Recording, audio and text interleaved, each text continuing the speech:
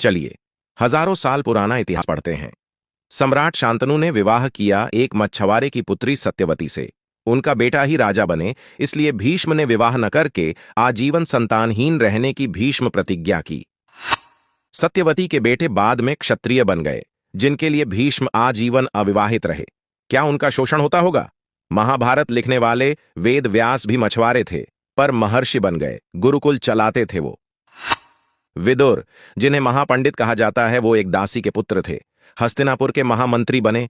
उनकी लिखी हुई विदुर नीति राजनीति का एक महाग्रंथ है।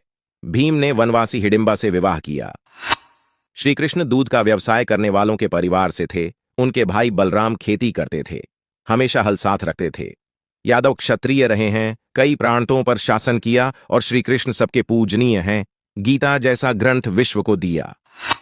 राम के साथ वनवासी निषादराज गुरुकुल में पढ़ते थे।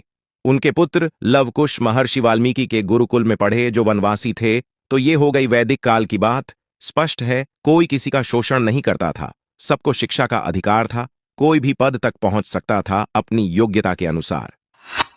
वर्ण सिर्फ काम के आधार पर थे, वो बदले जा सकते थे, जिसको आज इकोनॉमिक्स में डिवीजन ऑफ लेबर कहते हैं, वो ही।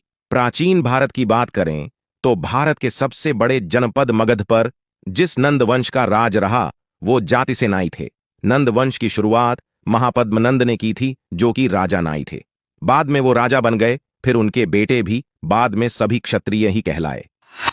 उसके बाद मौर्य वंश का पूरे देश पर राज्य हुआ, जिसकी शुरुआत चंद्रगुप्त से हुई, जो कि एक मोर पालने वाले परिवार से थे, और एक ब्राह्मण चाणक्य ने उन्हें पूरे देश का सम्राट बनाया। 506 साल देश पर मौर्यों का राज रहा। फिर गुप्त वंश का राज हुआ, जो कि घोड़े का अस्तबल चलाते थे और घोड़ों का व्यापार करते थे। 140 साल देश पर गुप्ताओं का राज रहा।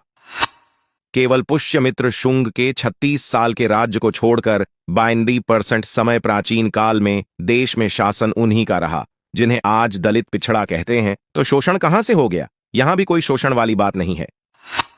फिर शुरू होता है मध्यकालीन भारत का समय, जो सन 1100-1750 तक है। इस दौरान अधिकतर समय अधिकतर जगह मुस्लिम शासन रहा।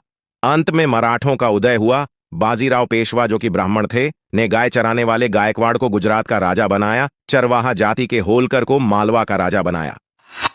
अहिल्याबाई होलकर खुद बहुत बड़ी शिव भक्त थी। ढेरों मंदिर गुरुकुल उन्होंने बनवाए।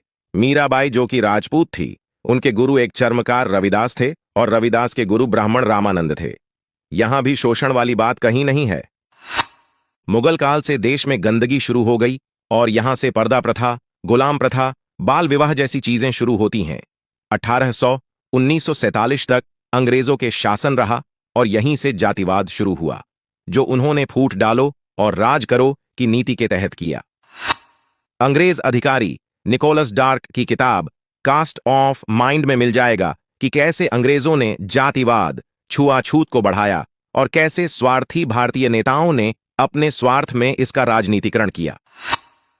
इन हजारों सालों के इतिहास में देश में कई विदेशी आए, जिन्होंने भारत की सामाजिक स्थिति पर किताबें लिखी हैं, जैसे कि मेगास्थनीज ने इंडिका लिखी, फाहियान, ह्यूसांग और अलबरूनी जैसे कई।